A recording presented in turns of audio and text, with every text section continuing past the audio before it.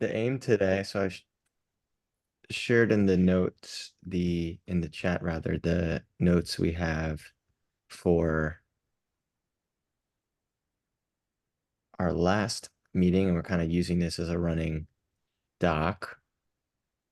So today's plan is to spend some time, and we can this is sort of a continuous activity, certainly based on, who's involved in different meetings, and this doesn't need to all take place in a synchronous meeting like this, but this is a nice kickoff. So I think we did our little check-in now, so we'll just sort of skip in. I want to share back our success criteria for our purpose that we came around for June 17th. And we specifically posed this in a 6-month frame. We could easily have said 5 years. And of course, none of these are precluded.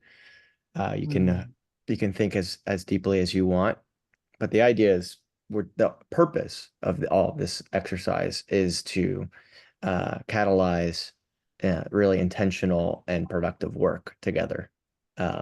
So we have over the last few months spent a lot of time building this group, getting some incredible presentations, and meeting each other, and many ideas and projects and things that people have wanted to do have been floating about.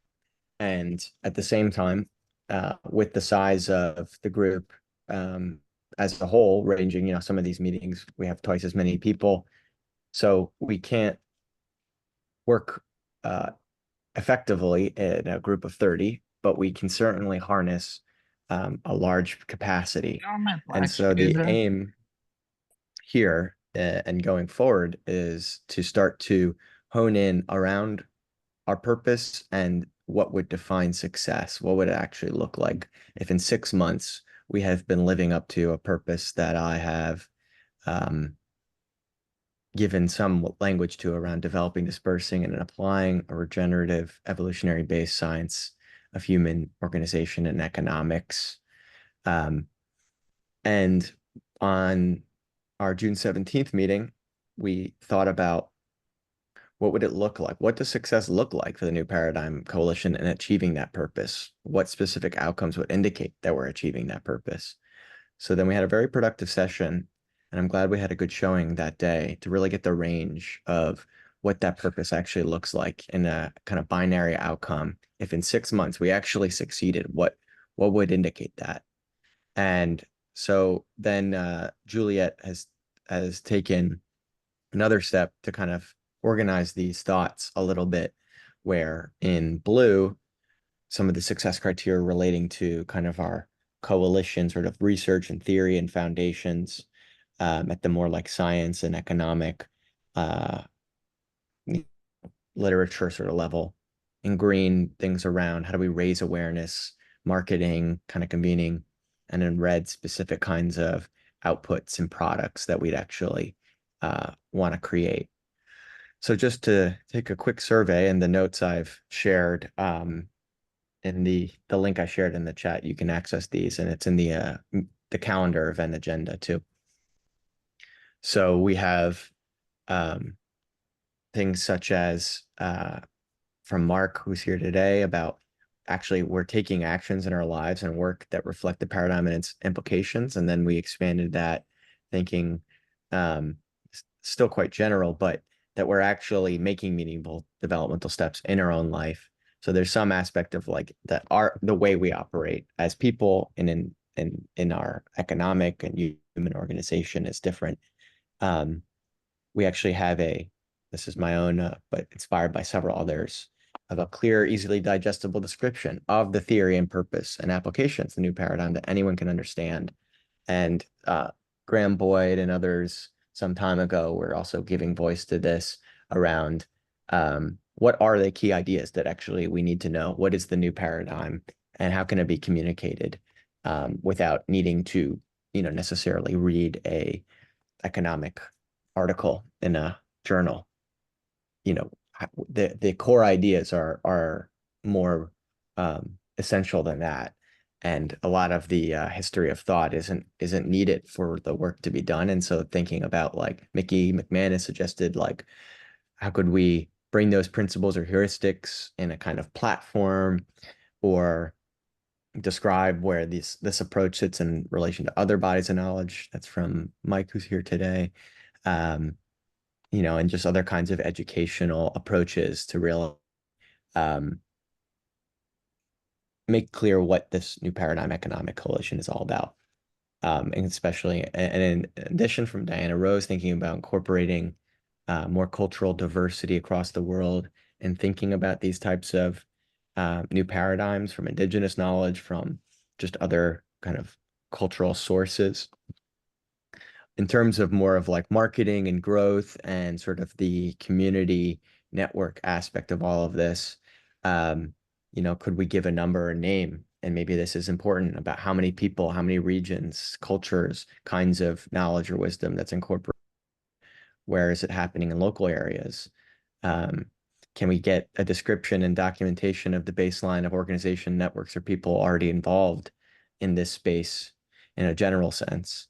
We can also think about putting a number on products like articles or case studies, books, academic articles, that kind of thing, social media presence and other kinds of media presence.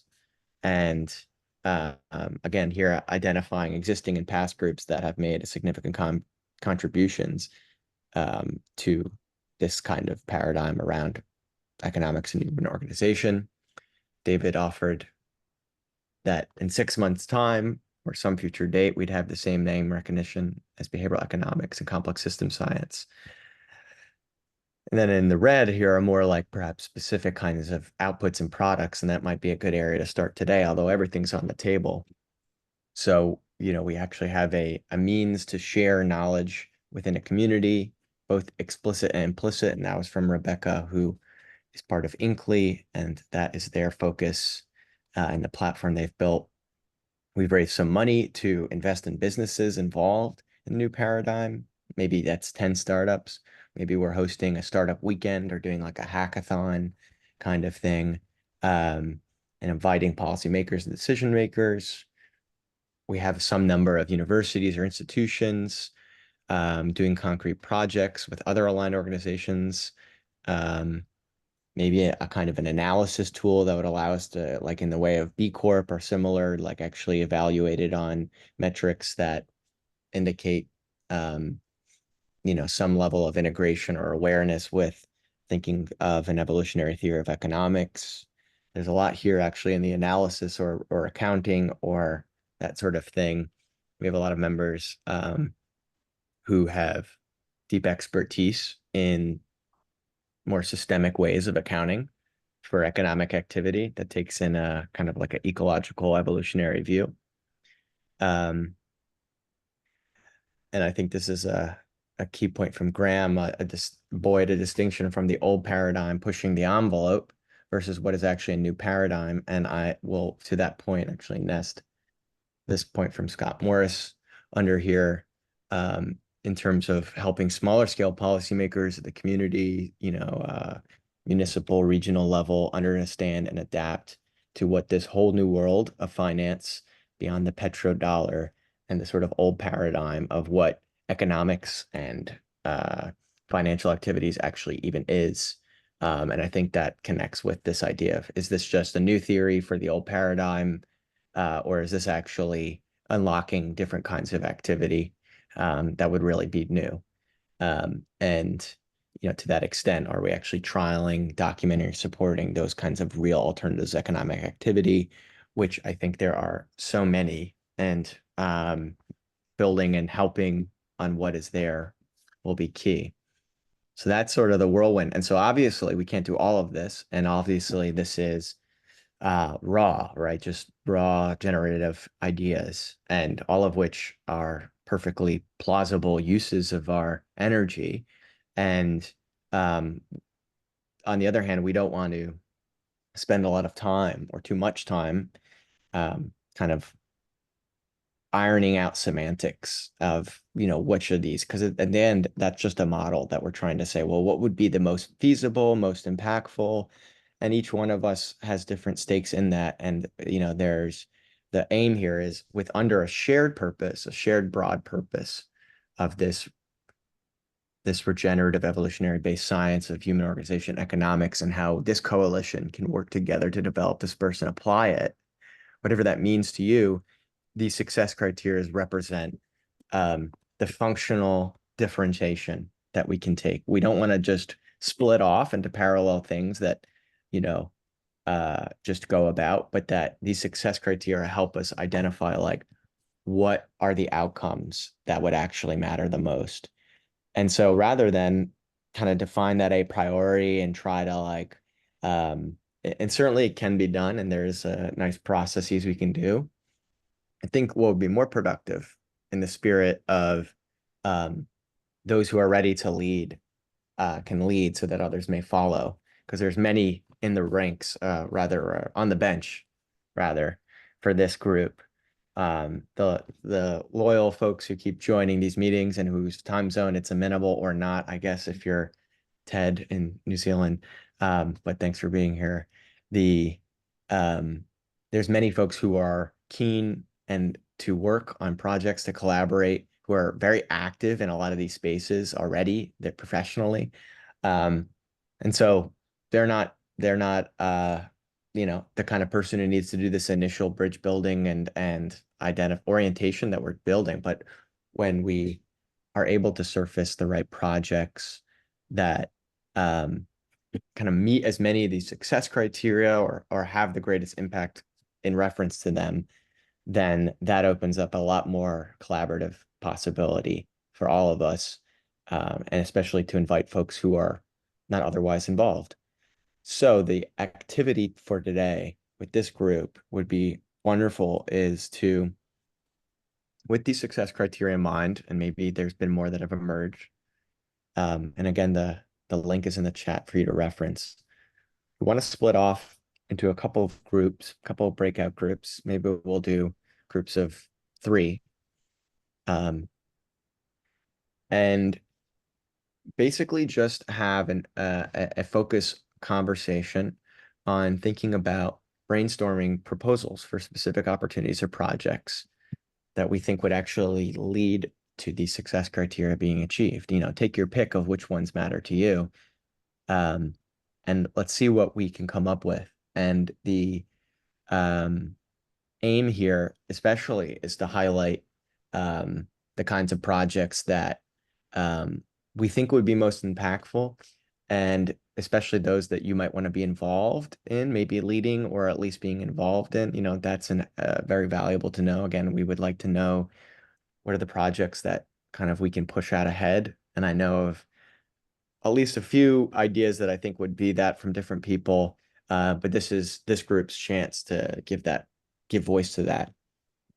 And then what we'll do going forward is certainly for those who are capacitated to take these on, and if it feels feasible, then they can do so. But we can also prioritize, because we may end up with a list of projects and opportunities that are just as numerous and sort of need focus again.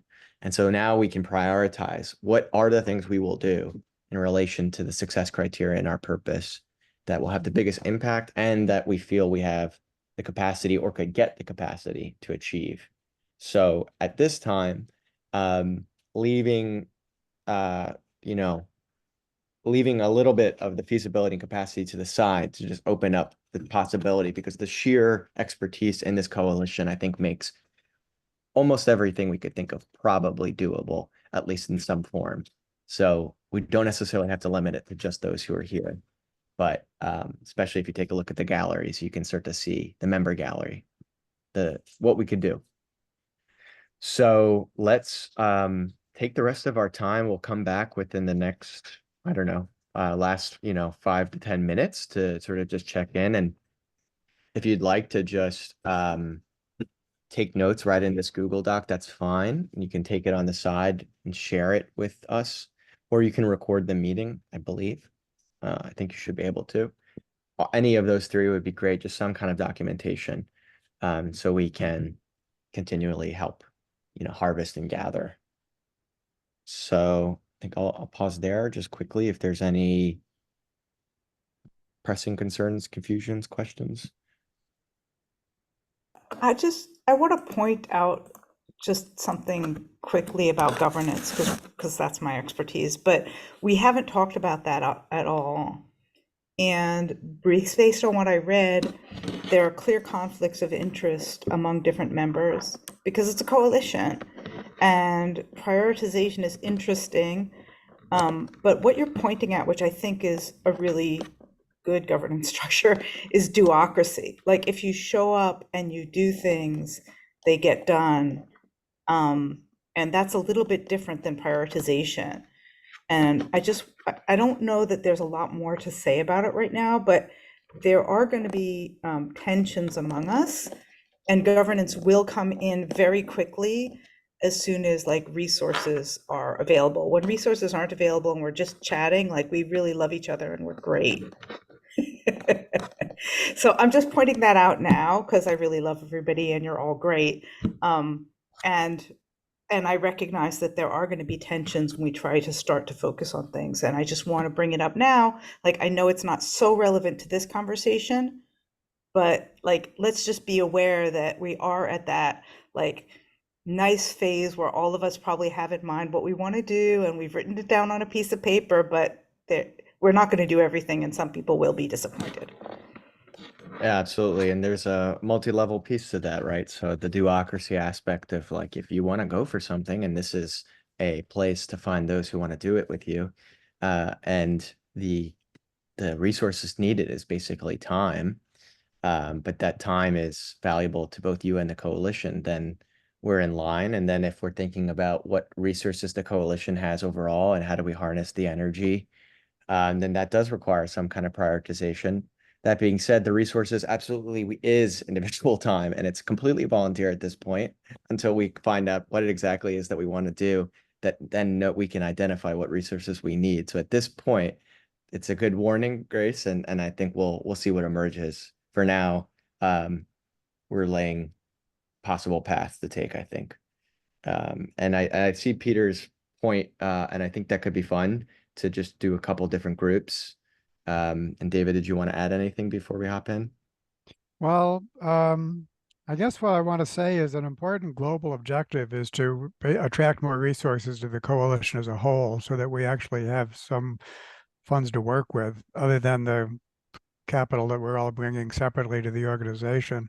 And this is by analogy, this loose comparison with the Mont Pelerin Society, which was a coalition of thinkers that was supported by a group of doers, people with deep pockets that were able to fund some of this.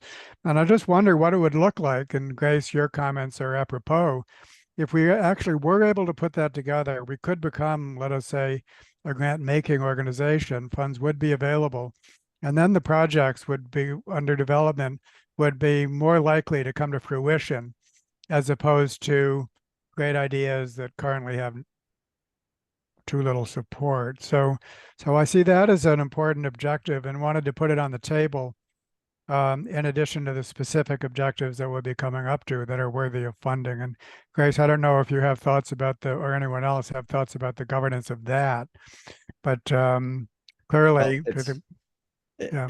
uh, yeah, we have 35 minutes left, and that's hypothetical. So I think it's a good we raised it, but let's also let that conversation happen when we Sure.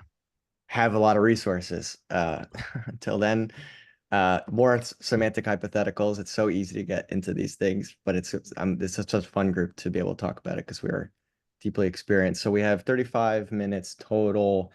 Let's just give ourselves, what do we think? I think we could, let's try the plan of let's do 15 minutes breakouts with groups of 3 or so. And after that 15 minutes, we can check in to see if things are going and we don't want to stop. And we could continue our speed dating round with another random pairing. Oh, okay. I thought this was a 2-hour meeting in total. So Yeah. is this, oh, okay. So that, that's why I was thinking the half hour, but okay, 15 minutes. Yeah. So we'll do that, yeah, 15, 20 minutes. This way we'll have time to kind of check back in at the end as well. And the specific charges, once again, with apologies for needing to be asked. Specific charges, with the success criteria in mind that I shared, and you can reference them specifically, to brainstorm and share your ideas around projects, those that you want to be involved in, or just that you think would work. What is an opportunity or a project in which we could focus in on over the next, let's say, 6 months, to which that would actually lead to those success criteria being done? What does that actually look like? What do we need to do? How could we do it? And mainly just to do that, and please to either record the meeting breakout or to just take notes and share them with us so we can make that common. Yep, you're welcome to work just directly off the shared Google Doc as a collaborative document as well. All right, so I will get breakout rooms started. You should get a notification on your screen in just a second.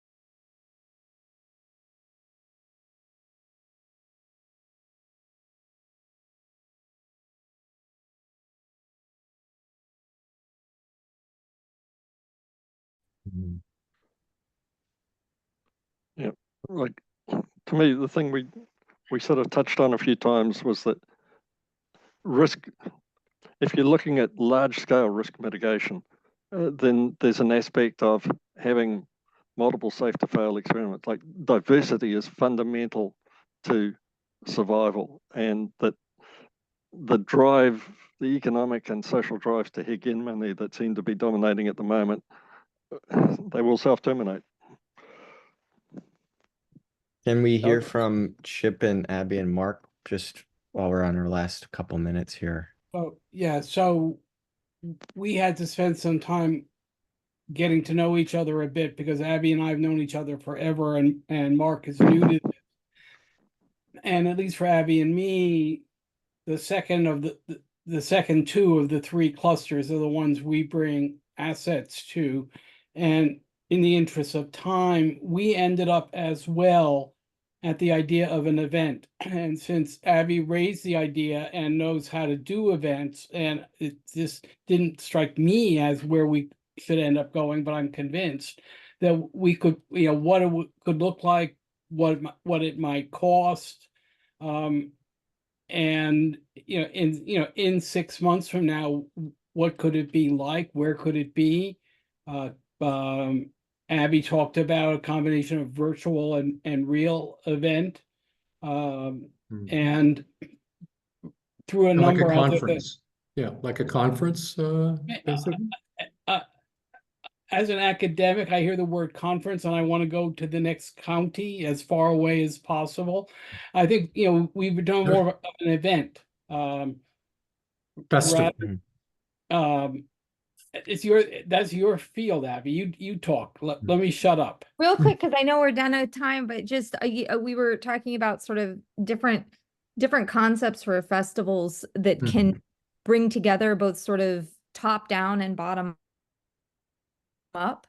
So sort of drawing and engaging, collaborating with sort of grassroots groups while also bringing in big names and people who kind of command an audience, and can kind of help shift conversation by being sort of, voices of normative sort of ways of thinking, but maybe open to new ideas. And the other thing we talked about was some of during COVID, there was an effort to do an international book festival that partnered with book festivals across the world. And it was a unique event because it brought together local in-person experiences. So all the people in Lagos who go to the Ake Book Festival would come together, all the people in in Oslo would come together for the, you know, but it was an international festival and it went by time zone all around the world so that people were engaging and participating with each other, both digitally and in person. And we sort of talked about ways that we could draw from those kinds of models. Wow, that would be To both create so in-person. great. There are events planned, by the way, not exactly like that, so let that happen. But we're already planning a salon in New York and London, and for this to become a template for place-based events. Those would be relatively small events, not like what you're talking about, but I would just love any one of those to materialize. Yeah, So I think the Oh. idea of it being more like a festival, but it could still draw from across, it still needs to draw in and early credible intellectuals, or so that we can start to convince people who are in other economic ideologies. And I mean, they have to, they're not going to read this stuff. They don't read ecological economics. You know, people stay in their tribes. You have to have a real reason to bring people together. And what I meant by conferences, you can save a lot of money by actually having it at a university, having them donate it. Maybe we call it a festival or a forum, but you know, I mean, I know I can get a university for free, you know, and we could host it there. I've done that with a number of events. So, I mean, that's why I was suggesting that would be a very practical thing. It might take a little more than 6 months at my schools because you need to do some planning in advance. And I already have a couple in line. But Abby, you know, you've probably done this too. I mean, you can get donations for the right places.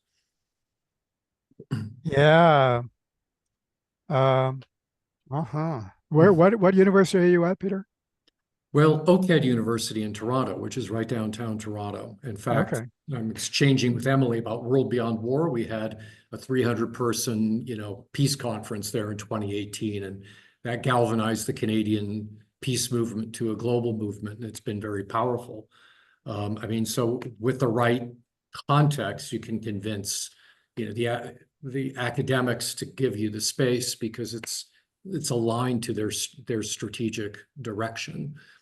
And so new economics is definitely in line with design, with our level of systemic design. Yeah. So OCAD is in Toronto. Monterrey, of course, is in Mexico. But Monterey, we have lots of connections with Tech Monterey. oh yeah, yeah. This might not be the best place to have it at first. You know, it probably needs to be really centrally located for a first one. But By the way, Abby, the intellectual core, not a problem. Not a problem. I promise you, we can deliver on the intellectual core. I mean, Nobel laureates and all that. I was just trying to affirm Peter's remarks and say that I think you know, having the intellectual core is critical, but then also I think having, you know, musicians and artists and other kinds of, you know, people can really help. You know, we think about, you know, new paradigms, right? Like often bringing in those other voices can really help yes. further. OCAD is art and design only. It's an art and design university. Yeah, it would be possible. Yeah. Can I So, just jump in there just for a moment, just on one point that came out of our breakout session, and that was that the need for a narrative for this easy discussion points. So one of the things that economics does exceptionally well is that it controls the narrative, and so what you need are this is a point that Ted made, was how do you engage with people at the visceral level? How do you get people feel that economics isn't particularly well suited at the individual level? It feels a little bit dissatisfying sometimes. And so how do you shift that narrative to something which is more welcoming at the personal level? And I was just at a festival of this ilk, not along these lines, in Italy. They've been doing it for about 10 years now. There were about 5,000 people in it now, 1,000 people in and out. And, you know, it dealt with such fun issues as trauma healing, but did so in a festival-y kind of way. And it avoided the problem of having big time intellectuals like me talking in jargon, but it got the key points about long-term trauma healing to a much broader audience. So I think it can be done. The first time has to be smaller, probably. It helped that this one was in a village with a 13th century castle. But we can't replicate that in Washington. But there's certainly things that could be done here. And the more I hear this, the more I like the idea. Oh yeah, yeah. Well, Oh. this is obviously working, and also we have not nearly enough time. And I think what we should do is plan this again in a little bit, maybe 2 or maybe 3 or 4 weeks out, and do it 2 hours or so we can make sure people can attend, and just keep this going, because once it gets going, every minute is worth as much as the last 45. Unfortunately, we're over time now, and I don't want to hold people over. But we've got some great notes here, and the conversation doesn't need to wait. So David, Juliet, and I are, openly available and synthesizing, and let's keep the conversation going. And anything to add in closing, David? I just have this thought that although we need to be focused, have a narrative, all of this stuff is kind of has its own logic, but it's narrowing, when in fact what this is all about is more like a mycelium model, in which which is more evolutionary in the sense of just hugely entrepreneurial, many things arising, experimental and all of that.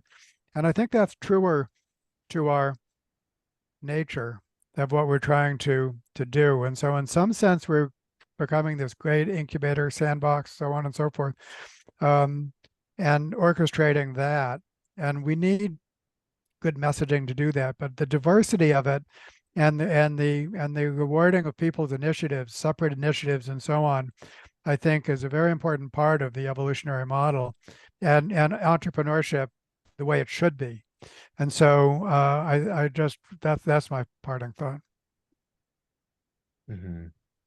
Let our epistemology be that which works, which we know after that has occurred.